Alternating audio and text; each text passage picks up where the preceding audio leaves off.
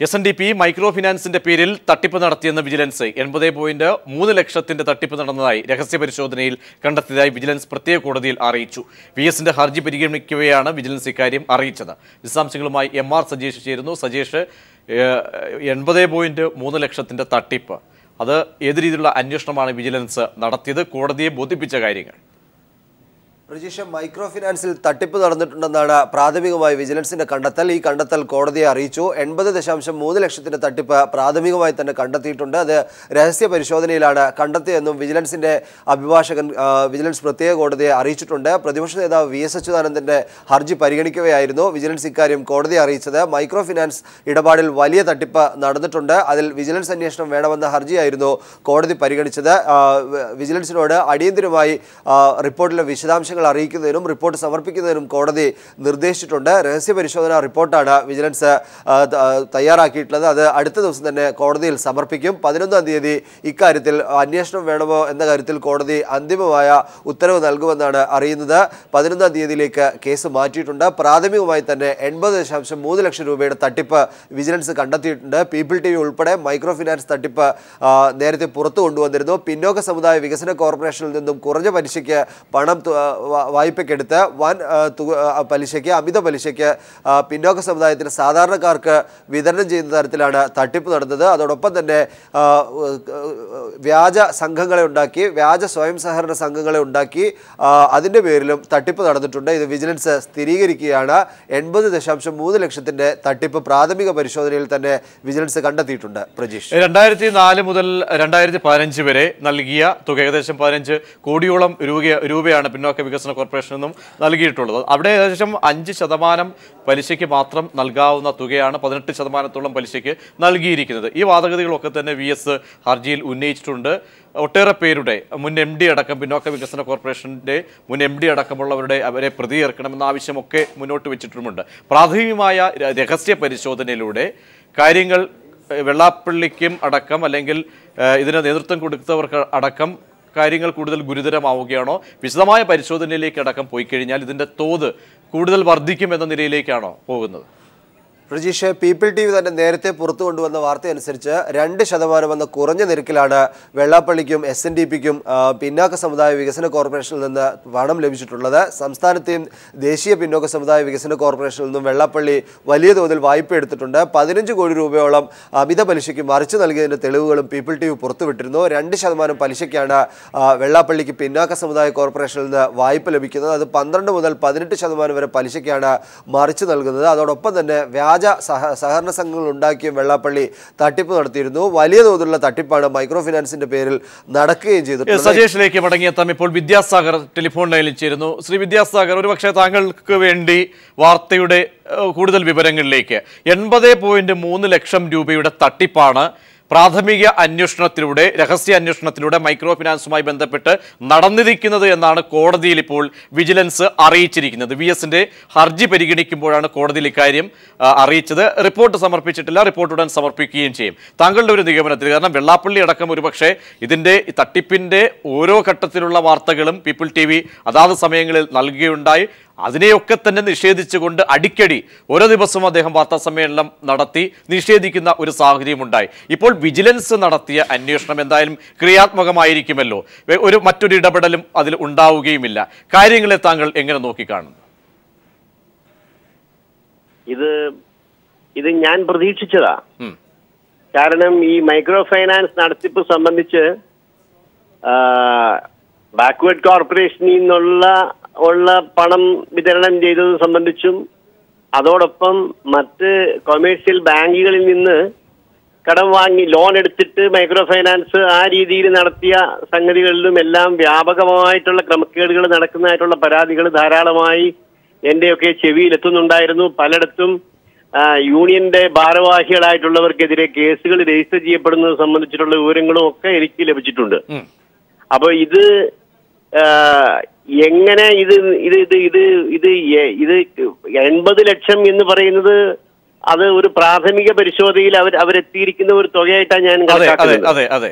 അത് വിശദമായ പരിശോധനയിലേക്ക് നീങ്ങുമ്പോൾ ഈ 80 ലക്ഷം എന്നുള്ളതിനേക്കാൾ പല മടങ്ങ് വ്യാപ്തി ഇതിന്റെ മിസ്അപ്രോപ്രിയേഷന്റെ ലെവലിൽ വരും എന്നാണ് എനിക്ക് തോന്നുന്നത്. കാരണം 80 ലക്ഷത്തിലൊന്നും ഒതുങ്ങുന്നതല്ല.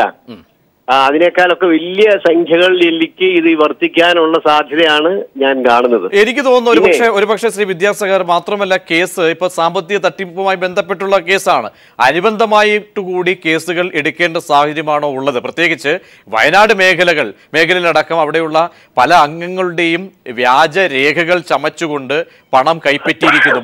ഈ പറയുന്ന എടുത്ത തുക പോലും അറിയാതെ, ആരാണ് അവരുടെ പേരിൽ ഇത്തരത്തിൽ തുക എടുത്തതെന്ന് ഒന്നും അറിയാതെ ഇങ്ങനെ വലിയ ഗുരുതരമായ അവസ്ഥയിലടക്കം അവർ പോകുന്ന ഒരു സാഹചര്യമൊക്കെ പുറത്തു വന്ന വാർത്തകളാണ്. അങ്ങനെ വ്യാജരേഖ അടക്കം ചമച്ചുകൊണ്ട് വലിയ ക്രിമിനൽ കേസുകളടക്കം അനുബന്ധമായി എടുക്കേണ്ട സാഹചര്യമാണ് ഇപ്പോഴുള്ളത്. വിജിലൻസിന്റെ പ്രാഥമിക നിഗമനത്തിലാണ് ഇത്രയും തുക. താങ്കൾ നേരത്തെ സൂചിപ്പിച്ചതുപോലെ കൂടുതൽ കാര്യങ്ങൾ സങ്കീർണമാവുകയാണോ ഇതിന് മുതിർന്ന വെള്ളാപ്പള്ളിക്കടക്കം?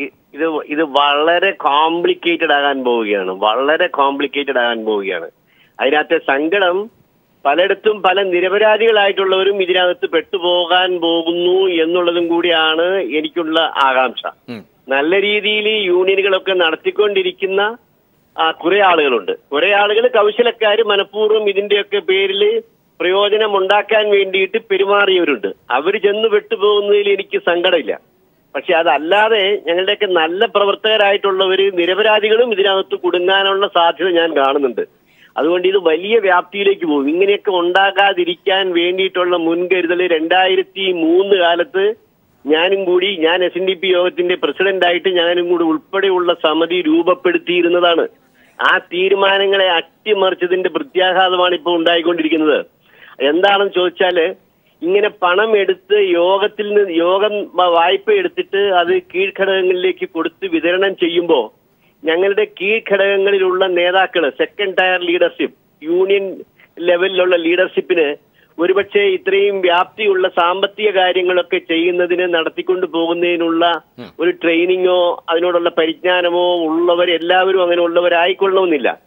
അതുകൊണ്ട് അന്ന് ഞങ്ങൾ തീരുമാനിച്ചത് ഒരു പ്രത്യേകമായ ഹോൾഡിംഗ് കമ്പനി രജിസ്റ്റർ ചെയ്യുക എന്നുള്ളതാണ്. ശ്രീനാരായണ മൈക്രോ ക്രെഡിറ്റ് കോർപ്പറേഷൻ എന്ന പേരിൽ ഒരു പ്രത്യേകം കമ്പനി രജിസ്റ്റർ ചെയ്യുക. എന്നിട്ട് ആ കമ്പനിയുടെ ചെയർമാനെയും ഡയറക്ടറെയും ഒക്കെ യോഗം നിശ്ചയിച്ചു കൊടുക്കുക. അതൊരു പ്രൊഫഷണൽ സെറ്റപ്പോട് കൂടിയിട്ട് ഈ കമ്പനി ഈ മൈക്രോ ഫൈനാൻസ് രംഗത്ത് പ്രവർത്തിക്കുക. കാലക്രമേണ ഈ കമ്പനിക്ക് റിസർവ് ബാങ്കിൽ നിന്നും NBFC, non banking financial company എന്ന അംഗീകാരം നേടിയെടുക്കുക. അങ്ങനെ അംഗീകാരം കൂടി നേടിയെടുക്കാനായിട്ട് കഴിഞ്ഞാൽ ചെക്കിടപാടുകൾ ഒഴികെയുള്ള ഡിപ്പോസിറ്റ് സ്വീകരിക്കലും ലോൺ കൊടുക്കലും ഒക്കെ നടത്താനായിട്ട് കഴിയും. പ്രൊവൈഡഡ് റിസർവ് ബാങ്കിന്റെ നിയന്ത്രണങ്ങൾക്ക് വിധേയമായിട്ട് അത് ചെയ്തുകൊണ്ട് പോകാനായിട്ട് കഴിയും.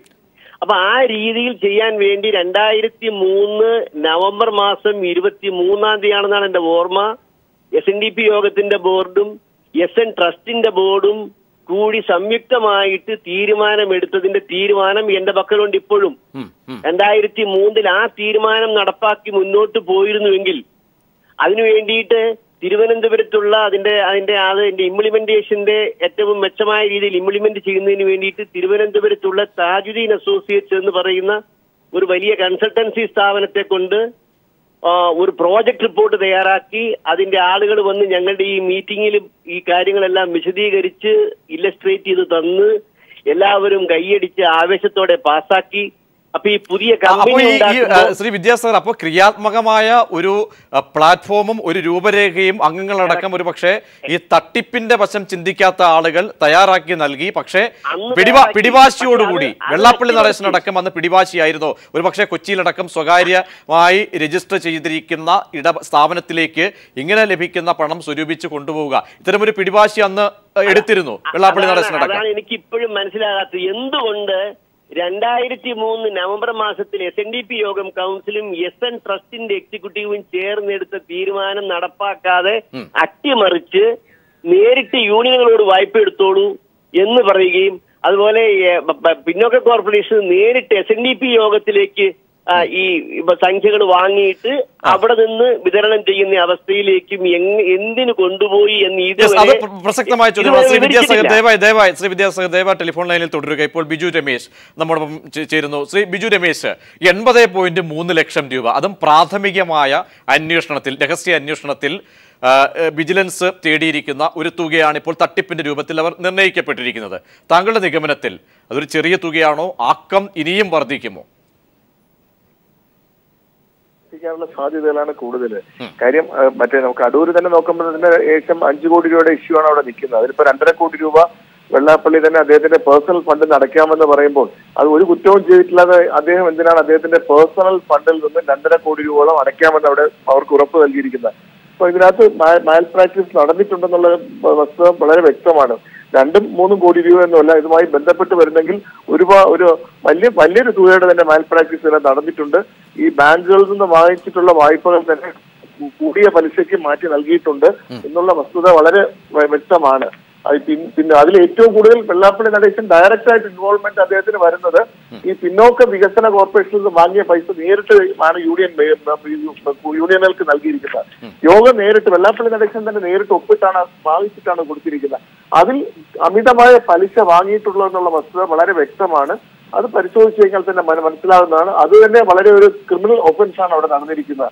ആ ഒരു കേസിൽ തന്നെ വെള്ളാപ്പള്ളി നടേശൻ ജയിലിൽ പോകുന്നുള്ള കാര്യത്തിൽ യാതൊരു ശ്രീ ബിജു രമേശ്, ആ ക്രിമിനൽ ഒഫൻസ് എന്ന് പറഞ്ഞത് കാരണം വ്യാജരേഖ അടക്കം പല അംഗങ്ങളുടെയും പേരിൽ വ്യാജരേഖ പോലും ചമച്ചുകൊണ്ടാണ് പണം കൈമാറ്റം ചെയ്തിരിക്കുന്നത്, പണം നേടിയിരിക്കുന്നത്. ഒരുപക്ഷെ അവർ പോലും അറിഞ്ഞിട്ടില്ല. അപ്പോൾ ഇതിന്റെയൊക്കെ പരിധി നിശ്ചയിച്ചാൽ അനുബന്ധ കേസുകൾ കൂടി എടുക്കേണ്ട സാഹചര്യമാണോ ഉള്ളത്?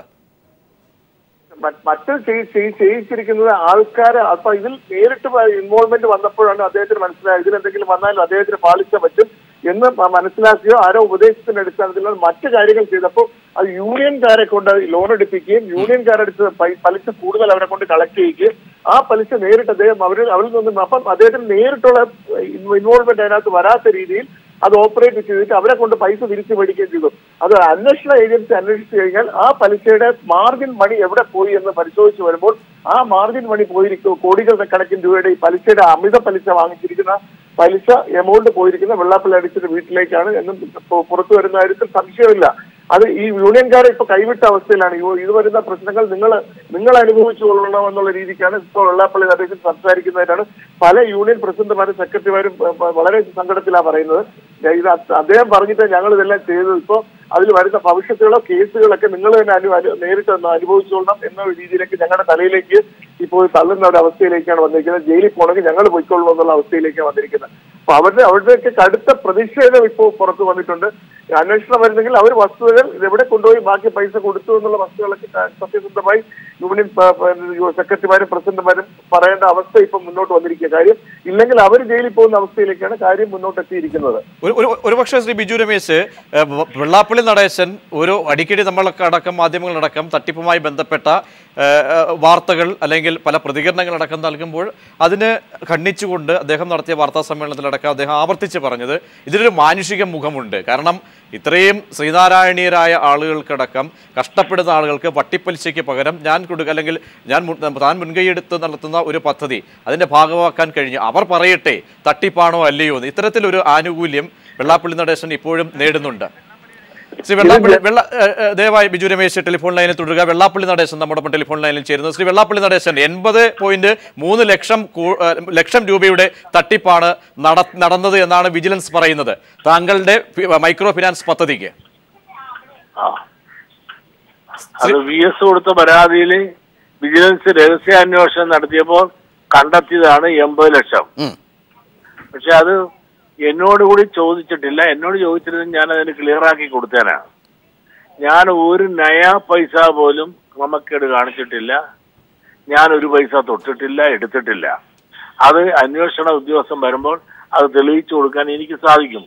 VSനെ ആരാണ്ട് തെറ്റിദ്ധരിപ്പിച്ചതാണ്. അദ്ദേഹം എന്നൊന്നും വിളിച്ചു ചോദിച്ചിരുന്നുവെങ്കിൽ അതിന്റെ എല്ലാ വശങ്ങളും ഞാൻ പറഞ്ഞു കൊടുത്തേനാ. അദ്ദേഹം ഏകപക്ഷീയമായി ഒരു വിഭാഗം മാത്രം പറഞ്ഞത് കേട്ടുകൊണ്ടാണ് ഈ പരാതി കൊടുത്തത്.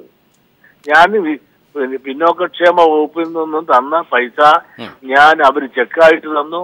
അതും 5 കോടിയാണ് തന്നത്.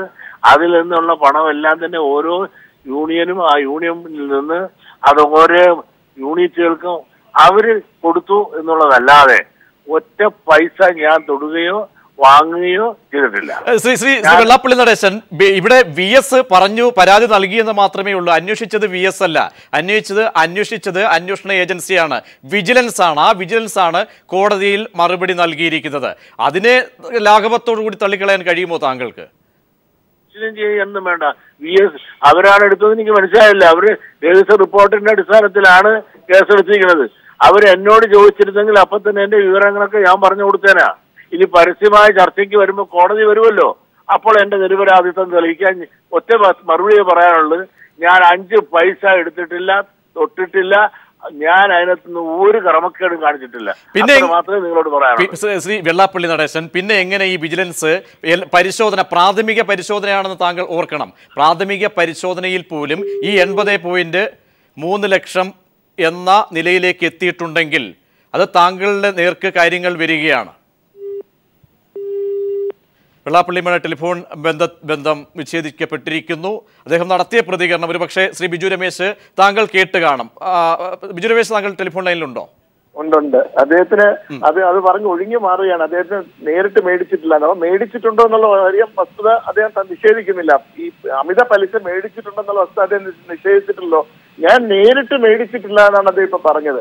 അദ്ദേഹം അത് ചെയ്ത് യൂണിയൻകാരെ കൊണ്ട് അമിതമായ പലിശ മേടിക്കുകയും ആ പൈസ അദ്ദേഹത്തിന്റെ അദ്ദേഹത്തിന്റെ വീട്ടിലെത്തിക്കുകയുമാണ് അവർ ചെയ്തു കൊടുത്തത്. ഈ 4% കിട്ടിയാലും അത് 16-18% വരെ കൊടുത്തിട്ടുണ്ട്. ഈ ബാങ്കുകളിൽ നിന്ന് 10-12% കിട്ടുമ്പോൾ അത് 18% കൊടുത്തിട്ടുള്ളത്. ഇതിൽ വരുന്ന ഡിഫറൻസ് എന്ന് പറഞ്ഞാൽ വലിയ ഹ്യൂജ് എമൗണ്ട് ആണ്. ഈ പറയപ്പെടുന്ന കോടിക്കണക്കിന് രൂപയുടെ ബാങ്കുകളിൽ നിന്ന് എടുത്ത് കൊടുത്തിരിക്കുന്നത്. അപ്പൊ ഈ ജനങ്ങൾക്ക് സഹായം ചെയ്യാൻ വേണ്ടി കുറഞ്ഞ പലിശയ്ക്ക് കിട്ടുന്ന ഹലോ കേൾക്കാം ബിജു രമേശ്, തുടരാം. ഈ കുറഞ്ഞ പലിശയ്ക്ക് കിട്ടുന്ന പൈസ ജനങ്ങൾക്ക് സഹായിക്കാൻ, സ്ത്രീകൾക്ക് കൊടുക്കുന്നതിന് വേണ്ടി പാവപ്പെട്ടവർക്ക് കൊടുക്കുമ്പോൾ അവരിൽ നിന്ന് മട്ടിപ്പലിശയ്ക്ക് വാങ്ങുന്നത് ചെയ്ത പണി അദ്ദേഹമാണ് ചെയ്തത്. അതിനെയാണ് നമ്മളെല്ലാം എതിർക്കുന്നത്. ഈ VS അടക്കമുള്ളവർ അതിനെയാണ് അന്വേഷിക്കാൻ പറയുന്നത്. പക്ഷേ ബിജു രമേശ്, തന്നെ കേൾക്കുക, തന്നെ കേൾക്കാതെ നടത്തിയ ഒരു അന്വേഷണം, തന്നെ കേട്ടാൽ തനിക്ക് പറയാനുള്ള കാര്യങ്ങൾ താൻ വ്യക്തമാക്കി കൊടുക്കാം എന്നൊരു ആത്മവിശ്വാസത്തോടുകൂടി വെള്ളാപ്പള്ളി നടേശൻ പറയുന്നുണ്ടെങ്കിൽ അതിനകത്ത് തന്നെ കേൾക്കാന്ന് വെച്ച് കഴിഞ്ഞാൽ അദ്ദേഹം ഇതിനകത്ത് നേരിട്ട് മേടിച്ചിട്ടില്ല എന്നാ പറയുന്നത്. യൂണിയൻകാരെ കൊണ്ട് ചെയ്യിക്കുകയും ആ യൂണിയൻകാരുടെ അപ്പൊ അന്വേഷണം വളരെ കുറച്ചുകൂടെ ഗൗരവത്തിലേക്ക് പോകേണ്ട ഘട്ടമാണ് ഇപ്പൊ നിൽക്കുന്നത്. ഈ യൂണിയൻകാര് ഈ അമിത പലിശ മേടിച്ചിട്ടുണ്ടെങ്കിൽ ആ പൈസ എവിടെ പോയി എന്നുള്ളത് കണ്ടെത്തുന്ന സാഹചര്യത്തിൽ മാത്രമേ വെള്ളാപ്പള്ളി നടേശൻ അതിൽ പ്രതിയായിട്ട് വരികയുള്ളൂ. അതേസമയത്ത് മറ്റേ പിന്നോക്ക വികസന കോർപ്പറേഷനിൽ നിന്ന് മേടിച്ചിട്ടുള്ളതിന്റെ അതിൽ വന്നിട്ടുള്ള അമിത പലിശ മേടിച്ചത് വേറെ ആരെയും അദ്ദേഹത്തിന് പ്രതിയാക്കാനോ ഇതാക്കാൻ കഴിയില്ല. അത് നേരിട്ട് തന്നെ ചെയ്തിട്ടുള്ള സംഭവമാണ്. അതിൽ വെള്ളാപ്പള്ളി നടേശൻ തന്നെയാണ് പൈസ വാങ്ങിച്ചിട്ടുള്ളത്. അദ്ദേഹം യൂണിയൻ വഴി കൊടുത്ത് ചെയ്യിച്ചിട്ടുള്ളതിന് പൂർണ്ണ ഉത്തരവാദിത്വം അദ്ദേഹത്തിന് ഒരിക്കലും ഒഴിഞ്ഞു മാറാനോ മറ്റൊരാളുടെ തലയിൽ വെക്കാനോ കഴിയില്ല. ആ കേസിൽ തീർച്ചയായിട്ടും അദ്ദേഹത്തിന് നിയമപരമായി കുറ്റം ചെയ്തിട്ടുണ്ടെന്നുള്ള തെളിയിക്കാൻ യാതൊരു ബുദ്ധിമുട്ടും വരില്ല. മറ്റത് ബാക്കിയുള്ളവരുടെ കയ്യിൽ നിന്ന് പൈസ മേടിച്ചിട്ടില്ല, തെളിവില്ല എന്നൊക്കെ പറയുന്ന ഇന്നത്തെ സാഹചര്യത്തിൽ പറഞ്ഞ് രക്ഷപ്പെടാൻ കഴിയുമായിരിക്കാം. പക്ഷെ ഈ പിന്നോക്ക വികസന കോർപ്പറേഷനിൽ നിന്ന് നടത്തിയിട്ടുള്ള സാമ്പത്തിക ക്രമക്കേടിൽ ഒരു കാരണവശാലും വെള്ളാപ്പള്ളി നടേശന്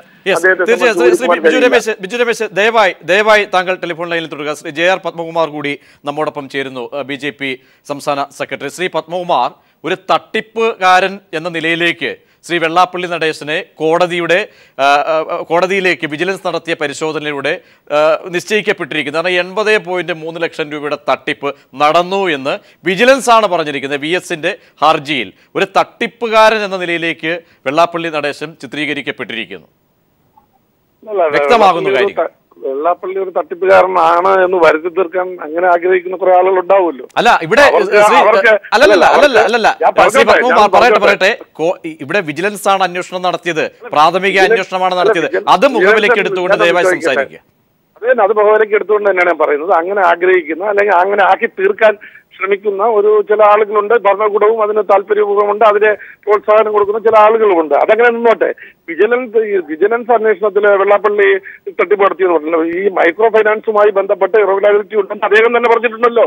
അങ്ങനെ ഇറഗുലാരിറ്റി ഉണ്ടായതിന്റെ അടിസ്ഥാനത്തിൽ 2-3 യൂണിയനെതിരായിട്ട് നടപടി സ്വീകരിച്ചിട്ടുണ്ട്. അത് ഏത് അന്വേഷണവും നേരിടാം എന്ന് അദ്ദേഹം പറഞ്ഞിട്ടുണ്ടല്ലോ. അദ്ദേഹം പ്രതിയാണ്. അദ്ദേഹം തട്ടിപ്പ് നടത്തിയിട്ടുണ്ടെങ്കിൽ അതിന് നിയമപരമായി നിയമത്തിന്റെ മുന്നിൽ കൊണ്ടുവരുന്നതിന് ആരും എതിരല്ല. ഇപ്പോ ഇപ്പോൾ ഏറ്റവും അവസാനമായിട്ട് ഹൈക്കോടതി വന്നല്ലോ ഈ വിദ്വേഷ പ്രസംഗത്തിന്റെ പേരിൽ. ഹൈക്കോടതി പറഞ്ഞിട്ട് അങ്ങനെ ഒരു വിദ്വേഷ പ്രസംഗം ഇല്ലാന്ന് പറഞ്ഞിട്ട് KPCC അതുപോലെയാണോ ശ്രീ ജയ പത്മകുമാർ 15 കോടിയോളം രൂപ 2004 മുതൽ 2015 വരെ വാങ്ങുകയും 5% പലിശയ്ക്ക് നൽകേണ്ട പണമാണ് 18% പലിശയ്ക്ക് നൽകുക? താങ്കളടക്കം ഒരു പക്ഷേ കഴിഞ്ഞ 6 മാസത്തിന് കാലയളവിൽ ഇതുമായി ബന്ധപ്പെട്ട ഒട്ടേറെ വാർത്തകൾ താങ്കളെ ശ്രദ്ധയിൽപ്പെട്ട് കാണും. ഇതൊക്കെ ഇത്രത്തോളം ലാഘവത്തോടെ ആ ഒരു വിദ്വേഷ പ്രസംഗവുമായി താരതമ്യം ചെയ്യേണ്ട ഘടകമാണോ?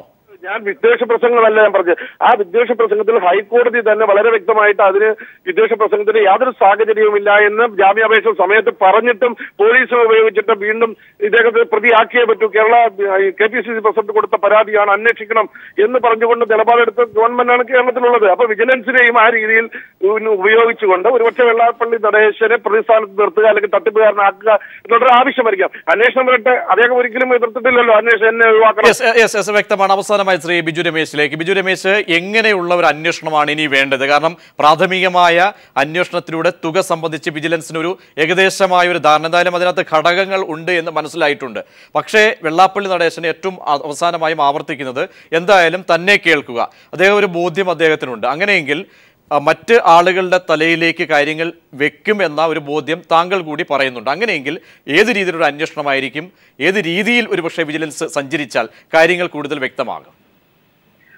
ഇത് ആദ്യം പത്മകുമാർ പറഞ്ഞതിനോട് എനിക്കൊരു ചെറിയ വിയോജിപ്പുണ്ട്. പത്മകുമാർ ഒരു പൊതുപ്രവർത്തകനാണ്. അതുപോലെ BJPയെ സംബന്ധിച്ച് ഒരുപാട് പേരുമായിട്ട് ബന്ധമുള്ളതാണ്. ഈ മൈക്രോ ഫൈനാൻസ് വാങ്ങിച്ചിട്ടുള്ള ഒരുപാട് പേര് BJP ആയിട്ട് പ്രവർത്തിക്കുന്നവരുണ്ടാവും. അവരോട് തന്നെ ചോദിച്ച് മനസ്സിലാക്കാമല്ലോ, എത്ര ശതമാന പലിശയ്ക്കാണ് നിങ്ങൾക്ക് ഈ മൈക്രോ ഫൈനാൻസ് തന്നിരിക്കുന്നത്? സ്വയം തൊഴിൽ കണ്ടെത്തുന്നതിന് വേണ്ടി ചെറിയ രീതിയിലുള്ള ഒരു വായ്പ ഈ കുടുംബ സ്ത്രീകൾക്ക് നൽകുന്നതാണ് ഈ മൈക്രോ ഫൈനാൻസ്. അതിൽ നിന്നും അമിതമായ പലിശ വാങ്ങിയിട്ടുണ്ടെന്നുള്ള കാര്യം എല്ലാവർക്കും, ഞങ്ങൾക്ക് അടക്കമുള്ള എല്ലാവർക്കും അറിയാവുന്നതാണ്. ഞങ്ങൾ സാധാരണ ഇവരെല്ലാവരുമായി ബന്ധപ്പെടുകയും ഇതുമായി പ്രവർത്തിക്കുന്നവരുമാണ്. ഞങ്ങൾ തന്നെ ധർമ്മദേവി തന്നെ ബാങ്കിൽ നിന്ന് വായ്പ എടുത്ത് അതുപോലെ കൊടുക്കുന്നുണ്ട്. ഒരു പൈസ പോലും നമ്മൾ അതിനകത്ത് സർവീസ് ചാർജ് ഒന്നും വാങ്ങുന്നില്ല, വാങ്ങാതെ തന്നെയാണ് കൊടുക്കുന്നത്. ഹലോ, കേൾക്കാം. അതേ സാഹചര്യത്തിൽ ഈ പറയപ്പെടുന്ന ഇത് വ്യക്തമായി അന്വേഷിച്ചാൽ ഇപ്പം ഈ പറയപ്പെടുന്ന മറ്റൊരു യൂണിയൻ നേതാക്കന്മാരുടെ തലയിൽ വെച്ചിട്ട് ഊരിപ്പോകാൻ വെള്ളാപ്പള്ളി കഴിയുമെങ്കിൽ പോലും മറ്റേ ഈ പിന്നോക്ക വികസന കോർപ്പറേഷനിൽ പണം എടുത്തിട്ടുള്ള വെള്ളാപ്പള്ളി നടേശൻ നേരിട്ട് കൊടുത്തിട്ടുള്ളതാണ്. അതിൽ അമിതമായ പലിശ വാങ്ങിയിട്ടുണ്ട്. ഇല്ലാത്ത വ്യക്തികൾക്ക് പൈസ കൊടുത്തതായി രേഖകൾ ഉണ്ടാക്കിയിട്ടുണ്ട്. ഇതൊക്കെ പരിശോധിക്കുകയാണെങ്കിൽ തീർച്ചയായിട്ടും നല്ല സത്യസന്ധമായ ഒരു അന്വേഷണം നടക്കുകയാണെങ്കിൽ വെള്ളാപ്പള്ളി നടേശൻ ഇതിൽ പ്രതിസ്ഥാനത്ത് വരും, അതിൽ ശിക്ഷ കിട്ടും എന്ന കാര്യത്തിൽ യാതൊരു സംശയവും ഞങ്ങളെ സംബന്ധിച്ച് ഇല്ല. വ്യക്തമാണ്. ശ്രീ ബിജു രമേശ്. അവസാനമായി വിദ്യാസാഗർ. ശ്രീ വിദ്യാസാഗർ, താങ്കളും കേട്ട് കാണുമല്ലോ വെള്ളാപ്പള്ളിയുടെ പ്രതികരണം. അദ്ദേഹം എന്തായാലും ഉറച്ചു നിൽക്കുന്നു. കോടതി പക്ഷേ എടുത്ത നിലപാട് അല്ലെങ്കിൽ വിജിലൻസ് എടുത്ത കണ്ടെത്തൽ സംബന്ധിച്ച് അദ്ദേഹം മറ്റുള്ളവരിലേക്ക് ഒരു പക്ഷേ ഇതിൻ്റെ കൂടെ കണ്ണികൾ ആയ ആളുകളിലേക്ക് കൂടുതൽ കാര്യങ്ങൾ ചൂണ്ടുന്ന ഒരു സാഹചര്യം. എന്തായാലും ഏത് രീതിയിലായിരിക്കണം ഒരു പക്ഷേ അന്വേഷണത്തിൻ്റെ പോക്ക്, എങ്ങനെയായിരിക്കും ഇത് സംബന്ധിച്ച് താങ്കളുടെ ഒരു നിരീക്ഷണം അവസാനമായി? അന്വേഷണത്തിന്റെ പോക്ക് പ്രഥമ ദൃഷ്ട്യാ ഇതിനകത്ത് കേസുണ്ട്, അന്വേഷിക്കേണ്ടതാണ് എന്ന് റിപ്പോർട്ട് വന്ന സ്ഥിതിക്ക് സ്വാഭാവികമായിട്ടും വിജിലൻസ് കോടതി രജിസ്റ്റർ കേസ് ആൻഡ് ഇൻവെസ്റ്റിഗേറ്റ് എന്ന് പറഞ്ഞിട്ടുള്ള ഒരു ഉത്തരവായിരിക്കും പുറപ്പെടുവിക്കുക എന്നാണ് എനിക്ക് തോന്നുന്നത്. അപ്പൊ വെള്ളാപ്പള്ളി നടേശൻ ഉൾപ്പെടെ ഇതിനകത്ത് ബന്ധപ്പെട്ട ആളുകളെ പ്രതി ചേർത്തുകൊണ്ട് FIR രജിസ്റ്റർ ആക്കിക്കൊണ്ട് ഒരു ക്രൈം കേസ് രജിസ്റ്റർ ചെയ്യപ്പെടുകയും അതിന്റെ അന്വേഷണം പുരോഗമിക്കുകയും ചെയ്യുന്നതോടെ കൂടുതൽ വിവരങ്ങള് കൂടുതൽ മിസ്അപ്രോപ്രിയേഷന്റെയും ക്രമക്കേടുകളുടെയും വിവരങ്ങൾ പുറത്തു വരും. അതൊരു വലിയ ഇപ്പൊ വന്നിരിക്കുന്നത് it is only the tip of the iceberg. മഞ്ഞുമലയുടെ ഒരംശം മാത്രമേ പുറത്തു വന്നിട്ടുള്ളൂ. ഈ 80 ലക്ഷം എന്ന് പറഞ്ഞപ്പോ അടിയിൽ കിടക്കുന്നത് വലിയ മഞ്ഞുമലയാണ്. ഈ മഞ്ഞുമലയുടെ രൂപം ഭീതിപ്പെടുത്തുന്നതായിരിക്കും. അത് കേരള സമൂഹത്തിൽ ഈ വലിയ ഒരു ക്രമക്കേടിന്റെ കഥയായിട്ട് ഉയർന്നു വരും. അതിന് ഉത്തരം പറയാനായിട്ട് വെള്ളാപ്പള്ളി നടേശൻ മാത്രമല്ല, ഒരുപിടി യൂണിയൻകാർക്കും അതിനായിട്ട് ബാധ്യത വരും. ഇപ്പൊ യൂണിയൻകാരെ എല്ലാവരും അവരവർ തന്നെ രക്ഷിച്ചോണം എന്ന മട്ടിൽ വെള്ളാപ്പള്ളി കൈയൊഴിഞ്ഞു എന്ന് പറയുന്ന ആകാംക്ഷയിലും വളരെയധികം വേവലാതിയിലും നടക്കുന്നതായിട്ടാണ് ഞാൻ മനസ്സിലാക്കുന്നത്. കഴിഞ്ഞ ദിവസം എനിക്ക് കായംകുളം പ്രദേശത്ത് നിന്ന് കിട്ടിയ വിവരം, അവിടുന്ന് ആയിരക്കണക്കിന് അവിടുത്തെ മൈക്രോ ഫൈനാൻസ് ഉപഭോക്താക്കൾക്ക് ബാങ്കിൽ നിന്ന് രജിസ്റ്റർ നോട്ടീസ് കിട്ടിയിരിക്കുന്നു. ഇവിടെ ഹൈറേഞ്ചില് ഒരു യൂണിയൻ, അടിമാലി യൂണിയനില് റവന്യൂ റിക്കവറിക്ക് വേണ്ടിയിട്ട് സ്റ്റേറ്റ് ബാങ്ക് എഴുതി കൊടുത്തിരിക്കുന്നു. അവിടെയും 100 കണക്കിന് ആളുകളുടെ പേരിലേക്ക് റവന്യൂ റിക്കവറി നോട്ടീസുകൾ പോകുന്നു. അങ്ങനെ പല സങ്കേതങ്ങളിലും ഈ തരത്തിൽ വ്യാപകമായിട്ട് ക്രമക്കേട് നടത്തിയിരിക്കുന്നു. ഇതൊന്നും അറിഞ്ഞില്ല കേട്ടില്ല എന്ന് പറഞ്ഞ് ഒഴിഞ്ഞു നിൽക്കാനായിട്ട് വെള്ളാപ്പള്ളി നടേശന് SNDP യോഗത്തിന്റെ മുഖ്യ കാര്യദർശി എന്ന നിലയിൽ സാധിക്കില്ല. ഇതിന് ഉത്തരം പറയേണ്ടതായിട്ട് വരും.